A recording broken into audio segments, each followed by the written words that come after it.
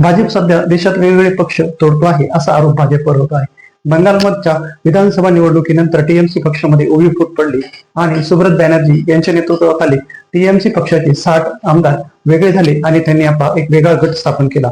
त्याचबरोबर टीएमसी पक्षाबद्दल जवळपास 26 लोकसभेचे खासदार तुटले आणि त्यांनी एनसीपीआय या पक्षात प्रवेश केला.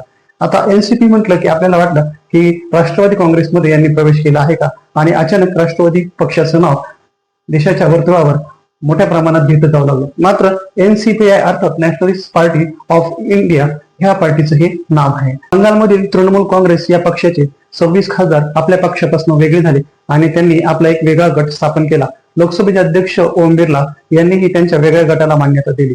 आपल्याकडे पक्षांतर बंदी कायदा लागू झालेला आहे. या पक्षांतर बंदी कायद्याअंतर्गत 2/3 अर्थात 2/3 जर पक्षाचे आमदार किंवा खासदार वेगळे झाले तर त्यांच्या वेगळ्या गटाला मान्यता दिली जाते आणि त्यांच्यावर डिस्क्वालिफिकेशनचा किंवा डिस्क्वालिफिकेशनचा कुठलाही नियम लागू होत नाही. हा आपल्याकडचा पक्षांतर बंदी कायद्यासाठीचा नियम आहे. मग हे सर्व टीएमसीचे खासदार एनसीपीआय या छोट्याशा पक्षामध्ये स्थापन झाले. एनसीपीआय हा पक्ष अगदी छोटासा आहे, याचं राष्ट्रीय पटलावर कुठेही नाव नाही. या पक्षाचा ना कुठला खासदार आहे ना कुठला आमदार आहे, अगदी कुठलाही नगरसेवक नाही. त्यानंतर महाराष्ट्रामध्ये अलीकडे एकनाथ शिंदे यांच्या नेतृत्वामध्ये ऑपरेशन टायगर पार पडलं. यातील जवळपास 6 उद्धव बाळासाहेब ठाकरे सेनेचे 6 खासदार या पक्षातून बाहेर पडले आणि त्यांनी एकनाथ शिंदेच्या नेतृत्वातील शिवसेनेमध्ये प्रवेश केला आणि त्यांच्यावर एक पक्षांतर बंदीची कुठली कारवाई होण्याची आता सुतराम शक्यता नाही. हे सर्व करत असताना देशामध्ये या गोष्टी होत असताना अनेक लोक म्हणतात की अमित शहाना पंतप्रधान व्हायचंय म्हणून त्यांनी हा सर्व खेळ चालवलेला आहे आणि त्यांची पंतप्रधान पदाची उमेदवारी बळकट करण्यासाठी ते या सर्व लोकांना तोडत आहे आणि त्यांचे एक वेगवेगळे गट स्थापन करत आहे, जेणेकरून त्यांना पंतप्रधान होताना स्वतःच स्थान किती मजबूत आहे आणि हे लोक त्यावेळी त्यांच्या पाठीशी उभी राहावीत या उद्देशाने ते अशा प्रकारच्या गोष्टी करत आहेत असं अनेक विरोधकांचं म्हणणं आहे.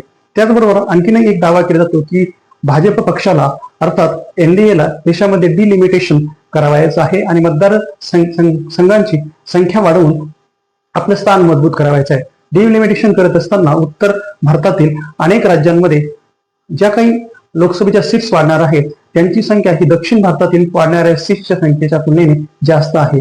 डिलिमिटेशन करत असताना पूर्वीचा जो काही लोकसंख्येचा क्रायटेरिया आहे तो लोकसंख्येचा क्रायटेरिया आता राहणार नाही आणि जिकडे जास्त लोकसंख्या तिकडे लोकसभेच्या सीट्स वाढणार आहेत. हेच तिथल्या विधानसभांच्या बाबतीतही लागू होणार आहे.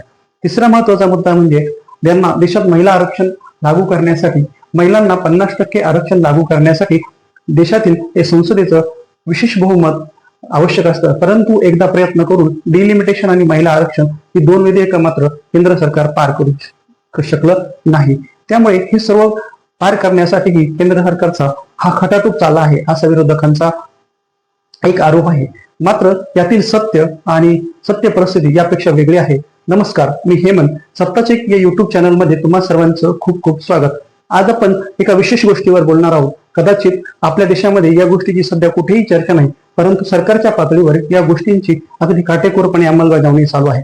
अलीकडेच MIM पक्षाचे सर्वेसर्वा असदुद्दीन ओवैसी यांनी सांगितलं की अमित शहा या सर्व गोष्टी अगदी शांत डोक्याने करत आहे आणि हा एक NRCचाच भाग आहे. परंतु NRC देशामध्ये अनेक राज्यामध्ये सुरू झालेली आहे आणि काही राज्यामध्ये सुरू होण्याच्या मार्गावरही आहे. मात्र या सर्व गोष्टींकडे पाहताना काही गोष्टी या ठिकाणी आपल्याला प्रामुख्याने पाहाव्या लागतील की देशामध्ये सध्या स्मार्ट बॉर्डर फेन्सिंगचं काम चालू आहे. मे-जून 2026 मध्ये अनेक ठिकाणी छोटी छोटी समिट्स देशाचे गृहमंत्री अमित शहा यांनी घेतले आणि देशामध्ये स्मार्ट बॉर्डर फेन्सिंगचं काम आता जवळपास सुरू झालेलं आहे. अनेक राज्यांच्या अनेक छोट्या छोट्या घटनांचा आपल्याला अभ्यास करावा लागेल. पश्चिम बंगालमध्ये UCC आणि CAA कायदे लागू करण्यासाठी पश्चिम बंगालची जी काही बॉर्डर लाईनची जो काही भाग आहे या भागामध्ये मालदा हा एक महत्वाचा जिल्हा आहे. मालदा असेल, 24 नॉर्थ परगणा असेल, मुर्शिदाबाद असेल, या सर्व ठिकाणांवरनं अलीकडे मोठ्या प्रमाणात धरपकड सुरू झालेली आहे. अनेक घुसखोर बांगलादेशांना पकडून त्यांना त्यांच्या देशामध्ये पुन्हा डिपोर्ट केलं जातं. त्याचबरोबर अनेक ठिकाणी NIA, ATS छापा घालते आहे आणि अशा लोकांना पकडते की ज्यांचा अतिरेक्यांशी थेट संबंध आहे किंवा अतिरेकी कारवायांमध्ये ते समाविष्ट असण्याचा या सर्व संस्थांना काहीसा आशंका आहे किंवा शंका आहे असं आपल्याला म्हणता येईल.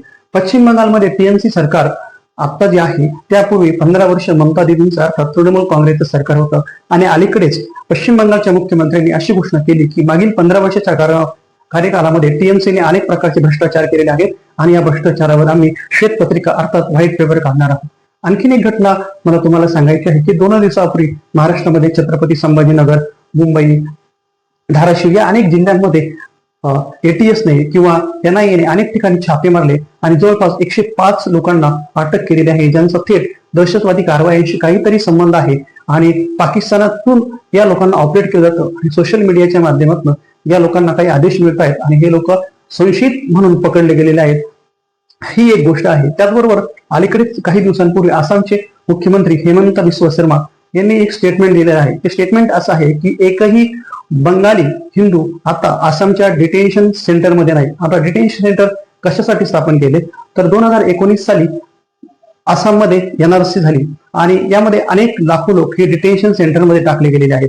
यामधील काही संशयित आहेत, यांचीही शहानिशा करून अनेकांची मुक्तता केलेली आहे. आता आपल्याला माहिती आहे की देशामध्ये मोदींचं सरकार आहे आणि यामुळे सर्वच लोकांचा ओढा हा हिंदुत्वाकडे आहे आणि केवळ सत्तेतीलच लोक नव्हे तर विरोधकही आपण कसे हिंदुत्ववादी आहोत हे सांगण्याचा वारंवार प्रयत्न करतात. मग कुणी गळ्यामध्ये जानवं घालतंय, कोणी मंदिरामध्ये जातंय, कोणी बुवा बाबांच्या सोबत बैठका करताय, कोणी मंदिरामध्ये दर्शन घेत, अनेक गोष्टी आल्यात आणि प्रत्येकाला असं सिद्ध करायचंय की मी किती हिंदुत्ववादी आहे आणि हिंदुत्ववादाशी माझा किती जवळचा संबंध आहे हे दाखवण्याचा प्रयत्न आहे. परंतु आता या डिटेन्शन सेंटरमध्ये एकही हिंदू नाही असं हेमंत बिस्वा शर्मा यांचं म्हणणं आहे. त्यानंतर आणखीन एक महत्वाची गोष्ट अलीकडच्याच काळात झालेली आहे की ऋतुव्रत बॅनर्जी हे टीएमसीचे एक आमदार आहेत की ज्यांनी टीएमसी पक्षामधील 60 खासदारांना वेगळं केलं आणि त्यांचा एक वेगळा गट बनवलेला आहे. आणि या ऋतुव्रत बॅनर्जी यांनी आता ज्याप्रमाणे एकनाथ शिंदेनी महाराष्ट्रामधील शिवसेनेचं जे चिन्ह आहे धनुष्यबाण या चिन्हावरती त्यांनी आपला दावा सांगितला, त्याचप्रमाणे ऋतुव्रत बॅनर्जी यांनी टीएमसीच्या चिन्हावरती दावा सांगितलेला आहे. परंतु एकनाथ शिंदेने एक गोष्ट केली नाही की येथील जो काही निधी आहे शिवसेना पक्षाचा यावरती एकनाथ शिंदेने कधीही आपला दावा सांगितला नाही. परंतु देशाचे गृहमंत्री अमित शहा यांनी टीएमसी अर्थात तृणमूल काँग्रेस जो ममता बॅनर्जी यांच्या नेतृत्वातील पक्ष आहे या पक्षाला हळूहळू निशप्रभ करण्याचं धोरण आखलेलं दिसत आहे. कारण त्यांना असा संशय आहे किंवा अनेकदा हे सिद्धही झालेलं आहे की बंगालमध्ये जे काही घुसखोर आहे आणि जे काही बांगलादेशातून येणारे अतिरेकी वगैरे या ज्या संघटना आहे यांना कुठे ना कुठे टीएमसी या पक्षाचा सपोर्ट असतो. कारण कुठलाही अतिरेकी किंवा दहशतवादी लोकल सपोर्ट शिवाय कुठलंही कार्य किंवा कुठलाही विध्वंस या ठिकाणी घडवू शकत नाही. पुढची महत्वाची घटना म्हणजे निरंजन दास ही व्यक्ती. निरंजन दास ही व्यक्ती महुआ मोइत्रा यांच्या अतिशय जवळची मानली जाते. या व्यक्तीच्या बाबतीत काही महत्वाच्या गोष्टी घडलेल्या आहेत किंवा त्यांनी केलेल्या आहेत. निरंजन दास यांनी रामायण ह्या आपल्या पवित्र धर्मग्रंथाला त्यांनी एक कार्टून स्टोरी म्हटलेला आहे आणि रामायणातील जी काही पवित्र पात्र आहे या पवित्र पात्रांना त्यांनी कार्टून असं म्हटलेलं आहे. तिचं नाव आपल्याला जाणून घेणं अतिशय आवश्यक आहे. निरंजन दास हे टीएमसीच्या खासदार महुआ मोइत्रा यांच्या अतिशय जवळचे मानले जाते. आपला पवित्र धर्मग्रंथ रामायण यांना त्यांनी एक कार्टून स्टोरी म्हटलेला आहे आणि ह्या व्यक्तीनं रामायणातील जी पवित्र पात्र आहेत ज्यांना सर्व हिंदू समाज त्यांची पूजा करतो किंवा आपल्या सर्वांसाठी ही अतिशय पवित्र आहेत अशा रामायणातील सर्व धार्मिक पात्रांना त्यांनी एक कार्टून पात्रांची उपमा दिलेली आहे. त्याचबरोबर गोमूत्र जे भारतीय सनातनामध्ये किंवा हिंदू धर्मामध्ये अतिशय पवित्र मानलं जातं याची त्याने टिंगल केलेली आहे. त्याने सनातन धर्माच्या अनेकदा टिंगल टवाळी केलेली आहे. अलीकडेच पश्चिम बंगालमधील लोकांनी त्याला पकडून अगदी भर रस्त्यात चोप दिलेला आहे. अशा अनेक घटना अनेक टीएमसीचे कार्यकर्ते, टीएमसीचे अनेक नेते, खासदार, आमदार, नगरसेवक अशा अनेक लोकांना बंगालच्या लोकांनी पकडलं आणि भर रस्त्यात भर चौकात त्यांना फटकवलेला आहे किंवा त्यांच्यावरती अंडे, शाही, टोमॅटो फेक करून त्यांचा निषेध नोंदवलेला आहे. या सर्व घटनांनंतर आणखीन एक महत्वाची घटना आत्ताच काही रिसेंटली घडलेली आहे. ती घटनाही तुम्हाला सांगणं अतिशय आवश्यक आहे. आपल्या सर्वांना माहितीच आहे की 1 वर्षांपूर्वी बांगलादेशामध्ये गृहयुद्धाची स्थिती निर्माण झाली होती. त्या ठिकाणी सत्ता पालट झाले आणि त्यावेळी असणाऱ्या तत्कालीन बांगलादेशच्या पंतप्रधान शेख हसीना. आता शेख हसीना हे कोण आहेत तर 1971 मध्ये बांगलादेशाची निर्मिती झाली. त्यावेळी या बांगलादेशाच्या निर्मितीमध्ये अवामी लीग या पक्षाचे प्रमुख होते शेख मुजीबुर रहमान. हे बांगलादेशाचे निर्माते मानले जातात. ते एक उदारमतवादी नेते होते आणि त्यांनी अगदी उदात्त हेतूने पश्चिम पाकिस्तानमधनं पूर्व पाकिस्तान वेगळा व्हावा आणि बांगलादेशाची निर्मिती व्हावी यासाठी अथक प्रयत्न केले. शेख हसीना ह्या त्यांच्या मुलगी आहेत. शेख हसीना या भारत देशामध्ये सध्या आश्रित आहेत आणि बांगलादेशामधील सर्वोच्च न्यायालयाने त्यांना मृत्यूदंडाची शिक्षा ठोठावलेली आहे. खरे तर ही फार मोठी एक कॉन्स्पिरसी आहे.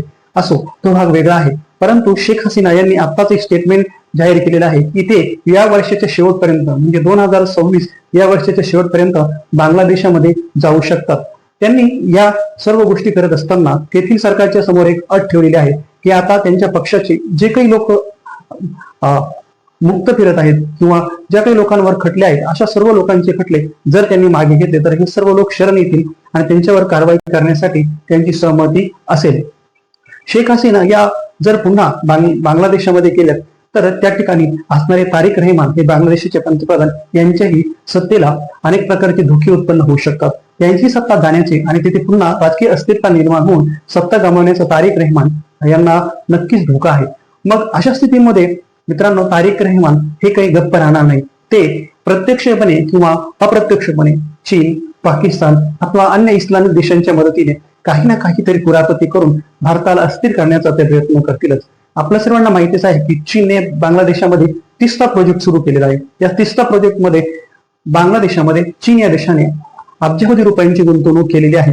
त्यांना या ठिकाणी गुंतवणूक करण्यात कुठलंही स्वारस्य नाही.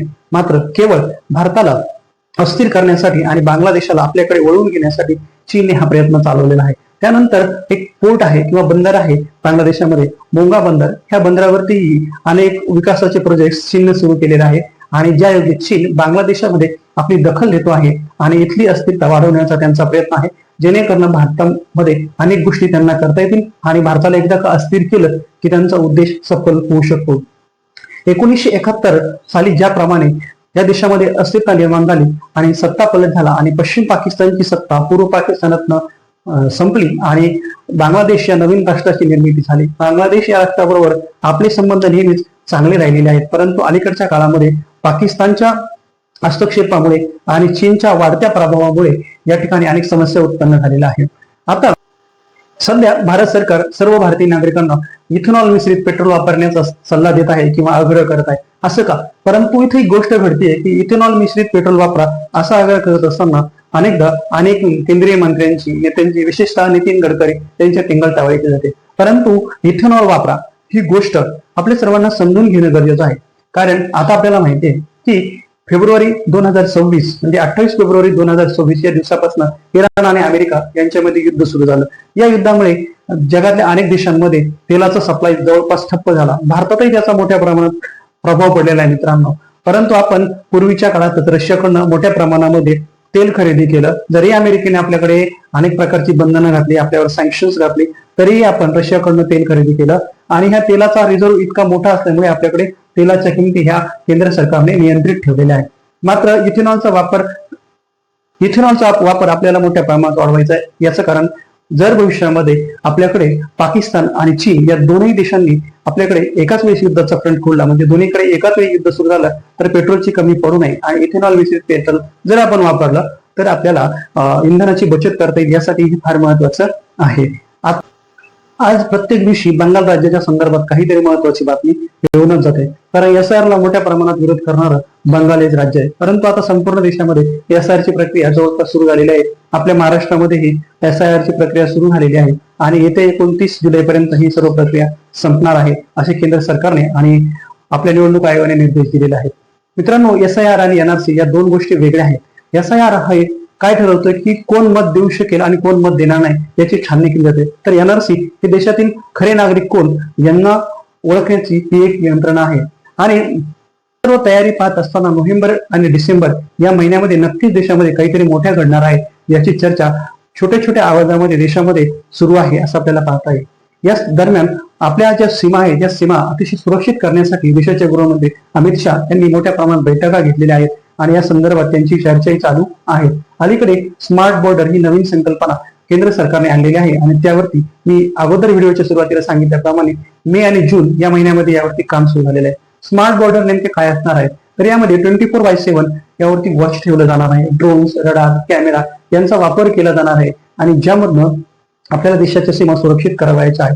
आपल्या सर्वांना माहितीच आहे की भारत आणि पाकिस्तान यांच्यामध्ये जवळपास 6000 किलोमीटर इतक्या मोठ्या प्रमाणामध्ये बॉर्डर आहे आणि ही बॉर्डर आपल्याला सुरक्षित करायची आहे. त्याचबरोबर बांगलादेशाची जी काही बॉर्डर आहे ही बॉर्डरही आपल्याला सुरक्षित करायची आहे. स्मार्ट बॉर्डर टेक्निक आपण आणत असताना AI आणि थर्मल कॅमेरा यांचाही आपल्याला वापर करायचा आहे. ग्राउंड सर्व्हिलन्स रडारचाही आपण या ठिकाणी वापर करणार आहोत.